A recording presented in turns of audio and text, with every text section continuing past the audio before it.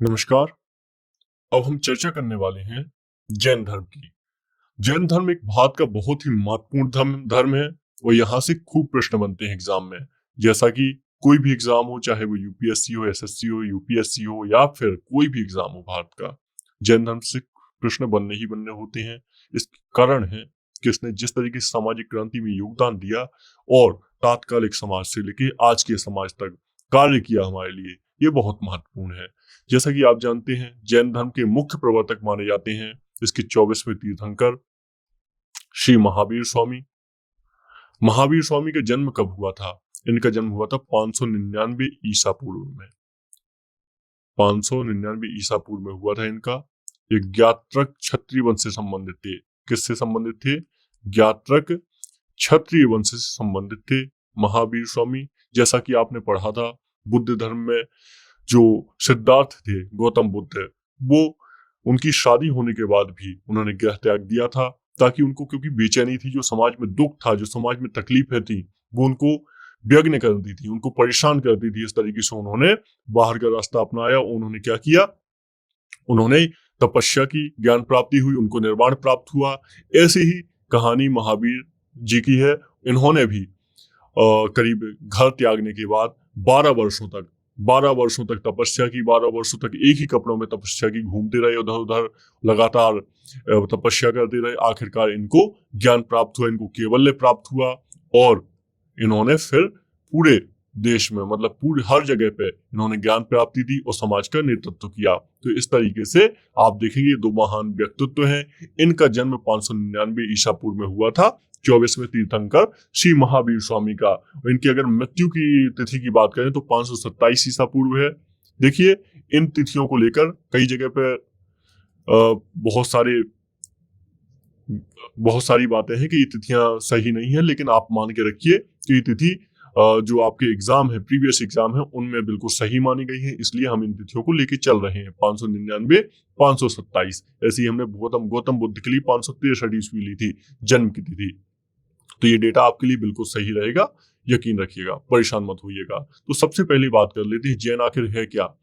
तो जैन शब्द जो आपका बना हुआ है, ये जिन से बना हुआ है। जिन का अर्थ क्या होता है? विजेता। इसलिए कहा जाता है, जय जिनेन्द्र कहा जाता है जब जैन नमस्कार करते हैं। तो जिन का मतलब होता है विजेता। तो जैन संस्थापकों को क्या कहा जाता है? तीर्थंकर कहा जाता है। याद रखिएगा, तीर्थंकर कहा जाता है जैन संस्थापकों को। जबकि जो जैन के महात्मा होते हैं ना, बड़े महात्मा होते हैं, इनको निर्ग्रंथ कहा जाता है। क्या कहा जाता है? इनको निर्ग्रंथ कहा जाता है। आपके एग्जाम में प्रश्न पूछा जा चुका है। कितने तीर्थंकर हुए जैन धर्म में? इनमें 24 तीर्थंकर हुए हैं।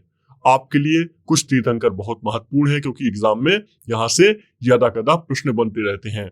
ऐसे ही हम तीर्थंकर का नाम देखें तो ऋषभदेव प्रथम तीर्थंकर थे इनके, ऋषभदेव। इनके कई सारे नाम मिलते हैं। इनको आदिनाथ भी बोला जाता है, आदिनाथ। तो ऋषभदेव को आदिनाथ भी बोला जाता है, आदिनाथ भी बोला जाता है। इन्हें वृषनाथ भी बोला जाता है। तो ये आपके एग्जाम में प्रश्न ऑलरेडी बन चुके हैं, तो इनको याद रखिएगा। ऋषभदेव के ही नाम है, अन्य नाम है। तो ये प्रथम तीर्थंकर हुआ करते थे जैनों के। और अगर 24वें तीर्थंकर की बात करें जो आपके लिए महत्वपूर्ण है, तो ये थे 24वें तीर्थंकर। 24वें तीर्थंकर महावीर स्वामी। और 23वें तीर्थंकर का नाम भी देख लीजिए, ये प्रथम है। 23वें का नाम भी देख लीजिए, इनका नाम हुआ करता था पार्श्वनाथ। अभी हम जानेंगे कि इनकी विशेषता क्या है, इनके लिए इनको पढ़ना क्यों महत्वपूर्ण है। क्योंकि पहली बात तो ये शब्द ही पूछा जा चुका है एग्जाम में कि 23वें तीर्थंकर क्या हुआ करते थे। मैं एक और तीर्थंकर की यहाँ पे बात करूंगा जो आपके लिए बहुत ज्यादा महत्वपूर्ण है, 19वें तीर्थंकर। इनकी अभी बात करूंगा, क्योंकि जब हम मल्लीनाथ के बारे में बात करेंगे, मल्लीनाथ ये 19वें तीर्थंकर है। क्योंकि इन्हीं के पीछे एक विवाद बहुत बड़ा चलता है जैन धर्म में, श्वेतांबर और दिगंबर का। श्वेतांबर और दिगंबर का विवाद चलता है जैन धर्म में। दिगंबर मानते हैं कि ये पुरुष थे, मल्लीनाथ जो थे ये पुरुष थे, जबकि श्वेतांबर मानते हैं ये महिला थे, मल्लीनाथ जी। तो ये एक बहुत बड़ा विवाद का कारण था श्वेतांबर दिगंबर के बीच में, जिसके कारण जैन धर्म का विभाजन हो गया था। तो ये आप याद रखिएगा, ये बहुत बेसिक सी जानकारी है। ये एग्जाम में मल्लीनाथ का प्रश्न पूछ सकता है, वैसे नहीं पूछेगा जहां तक संभावना है, लेकिन फिर भी आप देख लीजिएगा। तो चलिए आगे बात करते हैं जैन धर्म पे। तो जैन धर्म की जैसे हम बात कर चुके हैं, 24वें तीर्थंकर थे ये महावीर स्वामी। तो जो पहले तीर्थंकर थे, इसमें इन्होंने कुछ जैन धर्म के मुख्य सिद्धांत हैं, जैन धर्म के कुछ मुख्य सिद्धांत हैं जिसके बारे में बात की जाती है। आप देखेंगे जैन धर्म के सिद्धांत जो 23वें तीर्थंकर पार्श्वनाथ जी ने जोड़े थे, 23वें तीर्थंकर पार्श्वनाथ जी ने जोड़े थे। इन्होंने कहा था कि जैन धर्म के जो मूल सिद्धांत है, सत्य, अहिंसा, अपरिग्रह,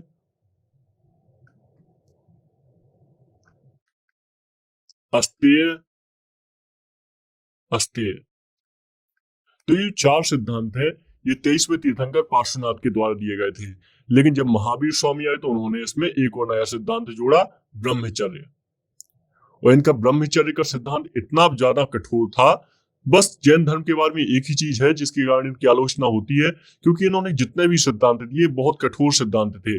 उदाहरण के तौर पे अगर हम बात करें तो जैनों की अहिंसा इतनी ज्यादा मतलब क्लिष्ट थी, इतनी ज्यादा मतलब इसमें कठोर थी कि ये किसी भी चीज को हानि नहीं पहुंचा सकती। चींटी को अगर दब जाए, चींटी मर जाती है तो इसमें भी कर्म का फल लगता है, इसमें भी दोष होता है। तो कुल मिला के जैनों की अहिंसा बहुत ही अति लेवल की, अति स्तर की थी। इसमें मतलब खाद्यान्न, फल और भी निर्जीव तक के लिए ये अहिंसा मानी जाती है।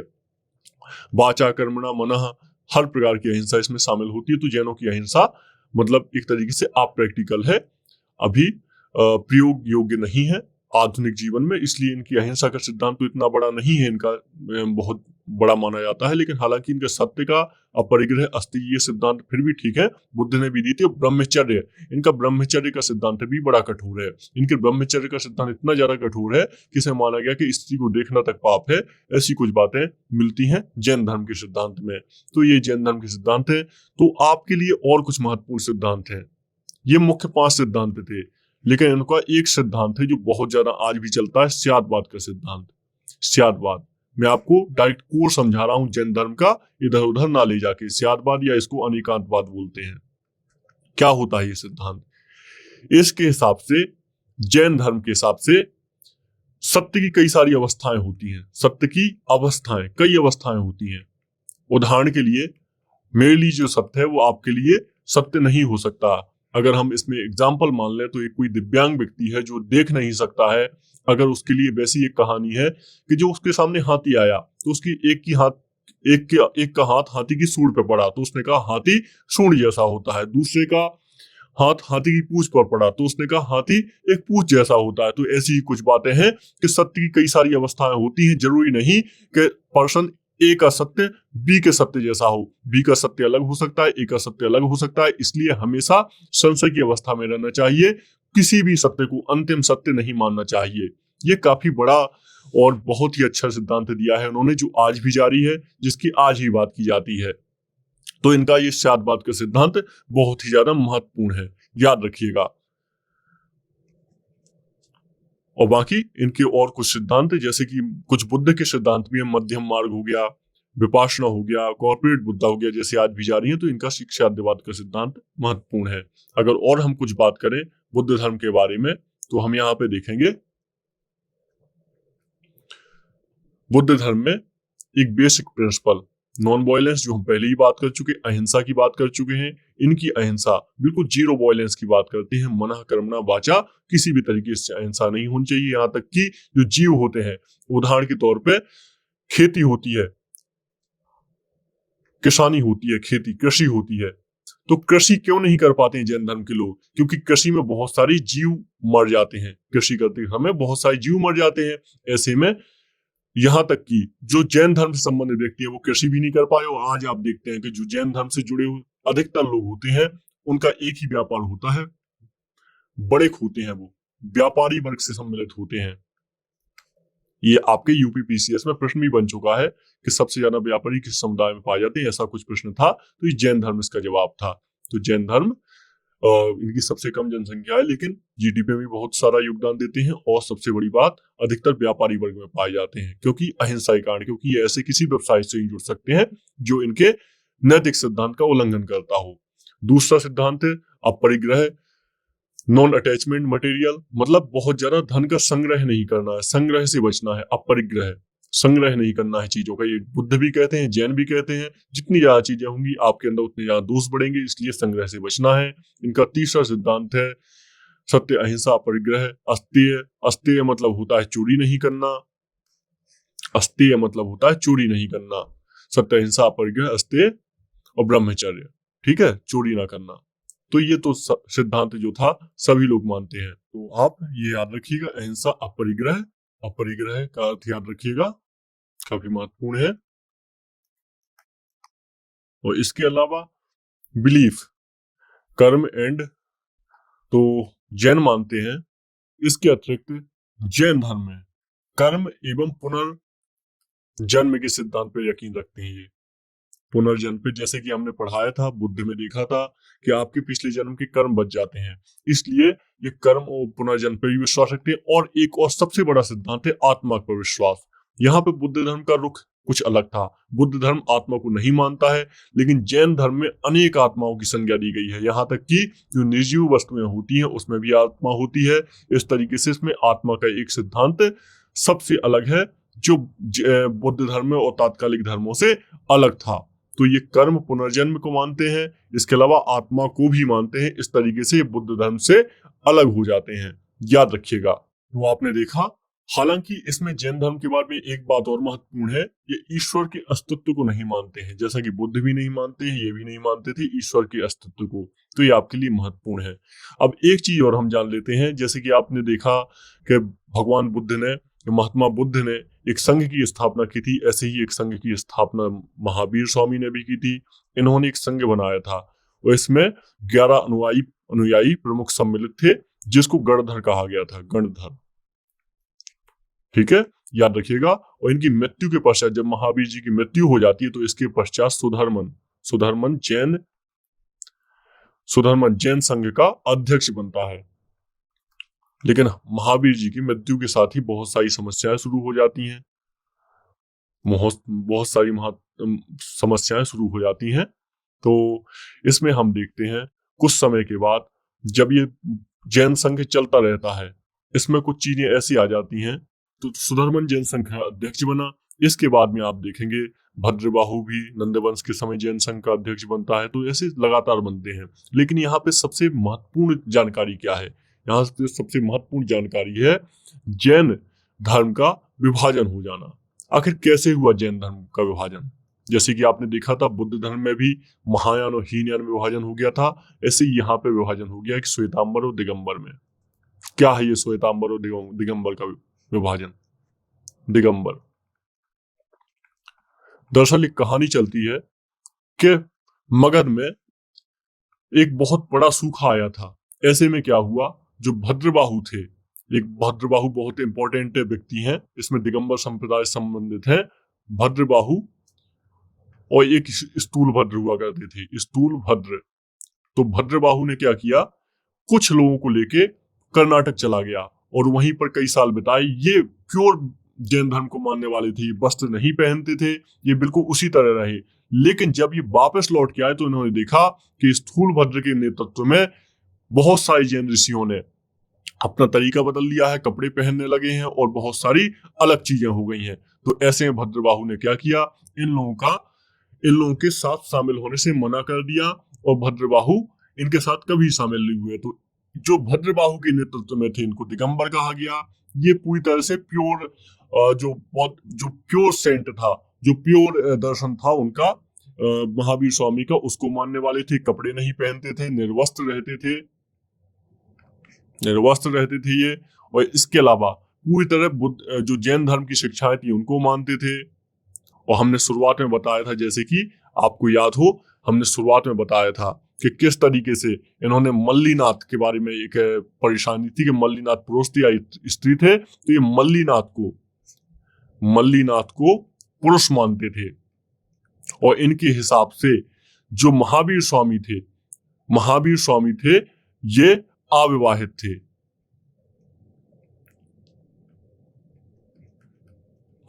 थे और इनके हिसाब से आदर्श साधु भोजन ग्रहण नहीं करता, ये भी था। लेकिन जो श्वेतांबर थे ये इसके विपरीत मानते थे। ये वस्त्र भी पहनने लगे थे, ये भोजन भी ग्रहण करते थे, ये भोजन भी ग्रहण करते थे, ये मूर्तियां बनवाने में भी कोई इनको संकोच नहीं हुआ करता था कि इनको कोई संकोच हो। इसके अलावा ये मल्लीनाथ को स्त्री माना करते थे।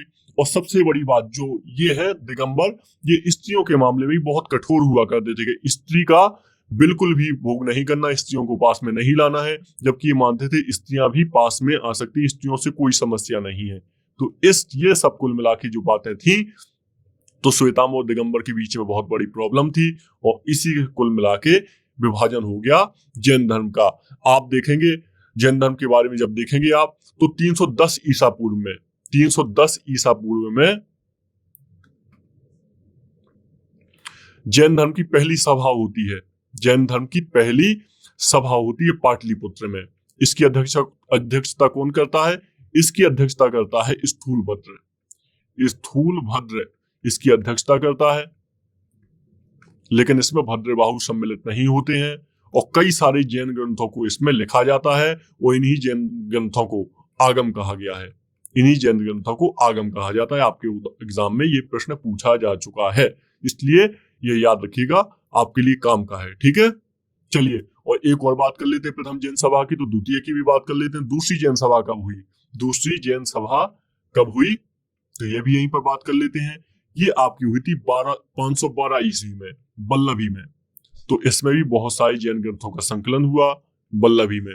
अधिकतर जैन ग्रंथ किस भाषा में लिखे गए? प्राकृत भाषा में लिखे गए। आपने देखा था जो बौद्ध ग्रंथ थे पाली भाषा में लिखे गए, अधिकतर जैन ग्रंथ प्राकृत भाषा में लिखे गए।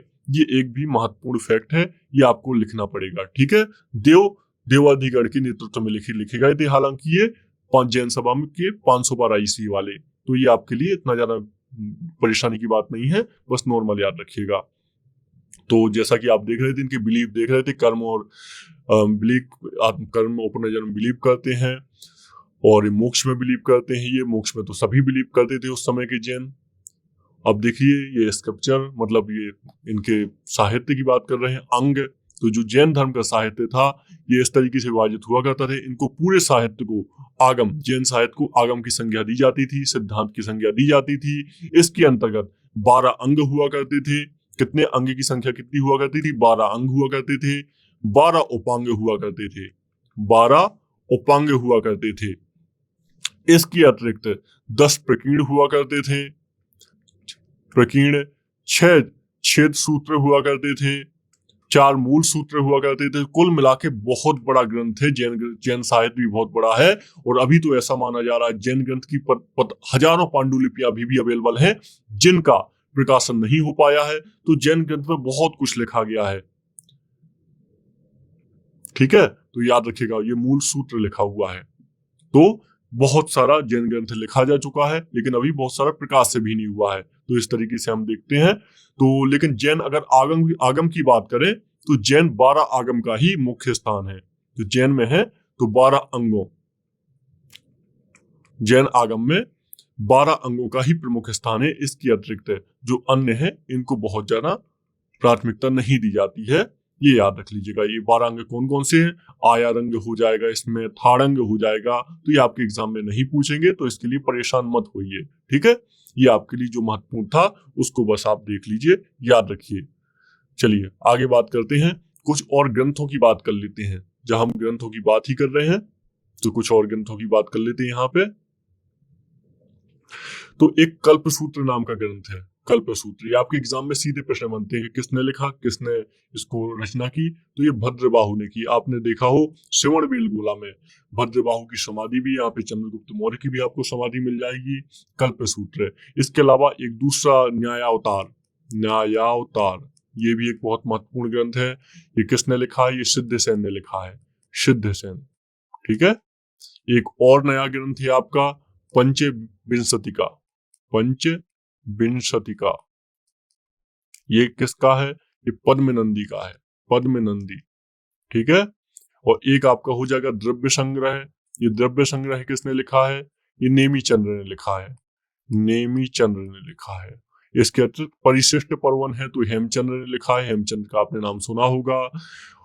और भी बहुत सारे हैं, प्रवचन सार है, कुंद प्रवचन सार ग्रंथ कुंद ने लिखा है। तो कई तरह के ग्रंथ हैं जैन धर्म में जो बहुत महत्वपूर्ण है, एग्जाम में इनसे प्रश्न बनते ही बनते हैं, तो याद रखिएगा। अगर इसकी बात करें कि जैन धर्म के संरक्षकों की बात करें तो आपने एक सबसे बड़ा नाम सुना होगा खारवेल का।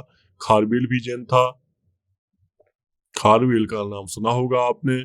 ये चेदी शासक हुआ करता था, चेदी शासक खारवेल, ठीक है। कलिंग का, कलिंग जैन धर्म का एक महान संरक्षक इसको माना जाता है। बाकी इसके बाद आप देखेंगे पाल शासकों को देखेंगे, इसमें पाल को अगर हम छोड़ भी दें तो राष्ट्रकूट शासकों को देखेंगे आप। बाकी राष्ट्रकूट राजाओं ने सभी को संरक्षण दिया है, हालांकि ये खुद ही सेव हुआ करते थे कुछ इसमें से, तो ये काफी इंपॉर्टेंट है। माउंट आबू के दिलवाड़ा में आप देखेंगे मंदिर, माउंट आबू के दिलवाड़ा मंदिर, ये कुछ स्थापत्य हैं जो जैन धर्म से संबंधित हैं। इसमें आप देखें खजुराहो में आपको मिल जाएंगे बहुत सारे मंदिर जैन धर्म से। तो ये सब चीजें हैं जो आपके जैन धर्म से संबंधित हैं, आपको याद रहना चाहिए। ये दिलवाड़ा के जो जैन मंदिर है ये संगमरमर का बना हुआ है, संगमरमर का। तो भीमदेव प्रथम के सामंत विमल शाह ने इसका निर्माण करवाया था। जो भीमदेव प्रथम थे इसके सामंत विमल शाह ने इनका निर्माण करवाया था। ये सोलंकी शासक भीमदेव की बात कर रहा हूँ, ठीक है, याद रखिएगा। तो ये आपके कुछ स्क्रिप्चर्स हैं। कुछ और अगर बात कर लें कुछ मूर्तियों की, तो देखते हैं। पहले ये तीन रत्न की बात कर लेते हैं, तीन रत्न की जैन धर्म के। तो इसमें से सम्यक दृष्टि, सम्यक ज्ञान और सम्यक चरित्र, ये तीन, सम्यक दृष्टि, सम्यक ज्ञान और सम्यक चरित्र, ये जैन धर्म के तीन रत्न हैं। जैसे कि हमने देखा था एक कोर होता है किसी भी धर्म का, जैसे बुद्ध धर्म का कोर क्या था, बुद्ध धम्म और संघ, अगर बुद्ध का पालन करना है इनको पालन करना ही पड़ेगा। ऐसे ही दृष्टि, सम्यक ज्ञान और सम्यक चरित्र की आवश्यकता है जैन धर्म को पाने के लिए। ये तीन रत्न हैं जैन धर्म के। क्या होता है इनका सम्यक दृष्टि का, तो इसका होता है इसके तीर्थंकर और उनके द्वारा समझाई हुई चीजों को वास्तविकता में समझना सम्यक दृष्टि है। सम्यक ज्ञान क्या है, सोल यानी आत्मा, कर्म और सही बात को, सही उद्देश्य को प्राप्त करना सम्यक ज्ञान है। आपको पता होना चाहिए कि वास्तविक रास्ता क्या है आखिर। आपको ऐसे कई सारे भ्रम होंगे जीवन में जो आपको वास्तविक लगेंगे, लेकिन वो वास्तविक नहीं है, आपको वास्तविक देखना पड़ेगा। और सम्यक चरित्र क्या है, आपको एक ऐसा चरित्र बनाना होगा जो आपका वॉयलेंस ना हो, जिसमें कोई भी अपराध ना हो और स्त्रियों के प्रति भोग विलास ना हो, तो ऐसा एक चरित्र है। यही तीनों चीजें आवश्यक हैं जैन धर्म में दीक्षित होने के लिए। इसका ये अर्थ हुआ, ठीक है। तो ये दिगंबर और श्वेतांबर की हम चर्चा पहले ही कर चुके हैं, दिगंबर और श्वेतांबर, तो इनकी हम चर्चा पहले ही कर चुके हैं, श्वेतांबर, ठीक है, श्वेतांबर। तो ये हम इनकी चर्चा पहले ही कर चुके हैं। दिगंबर कौन होते हैं, जो वस्त्र पहनते हैं, जो वस्त्र नहीं पहनते दिगंबर, जो वस्त्र पहनते श्वेतांबर। और मल्लीनाथ को लेकर भी इनके बीच में विवाद है, स्त्रियों की दशा को लेकर भी विवाद है जैन धर्म में। तो ये आपके रहे। बाकी इनके कुछ रिचुअल्स देख लीजिए। तो ये फास्टिंग होता है, जैन धर्म जो होते हैं ये फास्टिंग में बहुत ज्यादा बिलीव करते हैं, क्योंकि इसको सोल को यानी आत्मा को शुद्ध करने का रास्ता मानते हैं। ऐसे ही आपने एक प्रथा का नाम सुना होगा, संथारा प्रथा।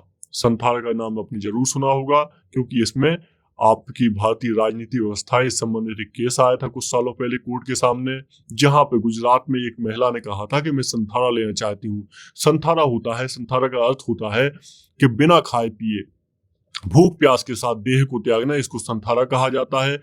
अगर जैन साहित्य की बात करें तो चंद्रगुप्त प्रथम जो था, चंद्रगुप्त मौर्य था, इसने संथारा के जरिए ही देह की त्याग किया था।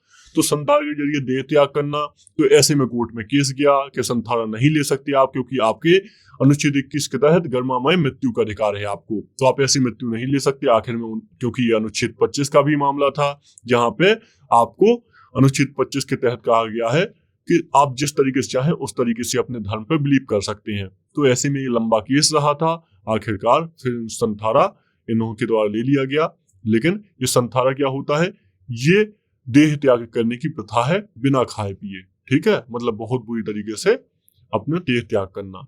वर्शिप, तो तीर्थंकर की ये उपासना करते हैं। हालांकि जो जैन धर्म के हैं, जैन धर्म के व्यक्ति हैं, जैन धर्म के लोग हैं, ये खुद को जो वैदिक धर्म था, इससे भी नहीं अपने आप को सुरक्षित कर पाए। जैसे कि आप जानते हैं, जो बौद्ध धर्म के लोग थे वो भी नहीं बच पाए वैदिक धर्म से, ऐसे ही जैन धर्म के लोग भी वैदिक धर्म से नहीं बच पाए। वैदिक धर्म की बहुत सारी चीजें, बहुत सारी पद्धतियां जैन धर्म में आगे चल के सम्मिलित हो गई, और जैन धर्म ने भी थोड़ा थोड़ा सा वैदिक धर्म से इंस्पायर हो गया, वैदिक धर्म जैसा रूप ले लिया। तो इसलिए आप देखते हैं जैन धर्म और वैदिक धर्म वाले व्यक्ति आपस में बहुत ज्यादा क्लोज भी होते हैं, उनके थोड़ी मोड़ी होती है उनकी पूजा पद्धतियां चेंज। बाकी जैन धर्म के लोग अधिकतर शैव, वैष्णव धर्म और हिंदू धर्म में जो चीजें होती हैं उनकी भी अर्चना, पूजा अर्चना करते हैं। तो ये इस तरीके की कुछ चीजें थी आपकी जो जैन धर्म से संबंधित, याद रखिएगा। तो कंट्रीब्यूशन मान लेते हैं जैन धर्म का, तो ये इसके बारे में हम पहले ही पढ़ चुके हैं। जैन धर्म का कंट्रीब्यूशन क्या है भारतीय कल्चर में, ये बहुत इंपॉर्टेंट है। तो जैन धर्म ने क्या क्या दिया भारतीय दर्शन को?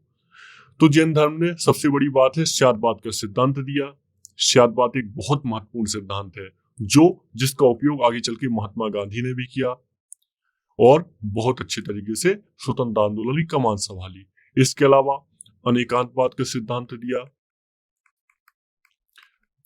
जैन धर्म के अलावा अहिंसा का सिद्धांत लिया, जो अहिंसा गांधीवादी चिंतन में भी आपको दिखाई देती है। हालांकि इनकी अहिंसा अति स्तर की है, लेकिन गांधी जी ने इसको प्रैक्टिकल के हिसाब से, जो मतलब संभावना उसके हिसाब से इसको चुना हुआ है। अस्तेय अपरिग्रह के सिद्धांत दिए, और जैन धर्म ने एक इंसान को मानवता का पाठ पढ़ाया कि हर आत्मा में हर चीजें बराबर हैं, और जो प्रकृति है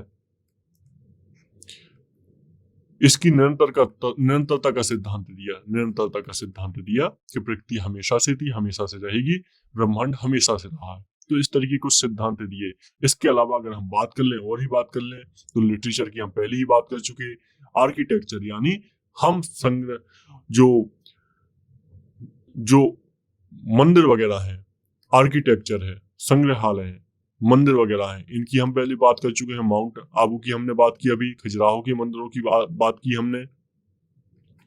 तो ये जैन धर्म के मंदिर यहाँ पे मिलते हैं हमें। इसके अलावा हम बात कर चुके हैं इनके साहित्य की बात कर चुके हैं, किस तरीके से जैन धर्म का साहित्य लिखा गया और कितने सारे ऋषियों ने लिखा अलग अलग समय पर, कैसे इनका साहित्य प्राकृत भाषा में लिखा गया। क्योंकि बुद्ध ने पाली भाषा चुनी, इन्होंने प्राकृत चुनी, लेकिन ये संयोग भी नहीं था। क्यों? क्योंकि उस समय संस्कृत भाषा चलती थी, और संस्कृत भाषा में पढ़ने का मतलब था कि आप फिर से वो वैदिक संस्कृति को अपना लेंगे, इसलिए इनको प्राकृत भाषा में लिखा गया। तो ये आपके लिए महत्वपूर्ण था। इसके अलावा कुछ और सुन लीजिए, आपके लिए बहुत महत्वपूर्ण है। एक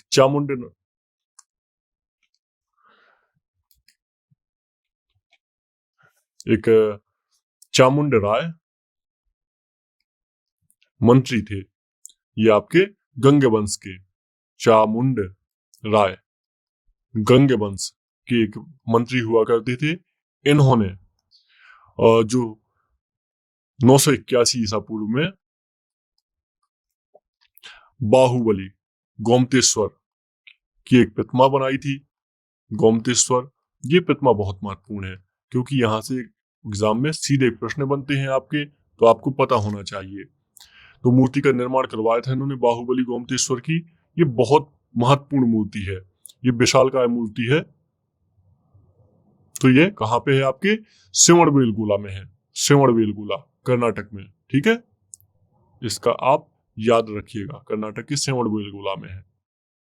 और एक इनके में और एक इम्पोर्टेंट वो भी होता है, एक जो यहाँ से क्वेश्चन बन चुके हैं,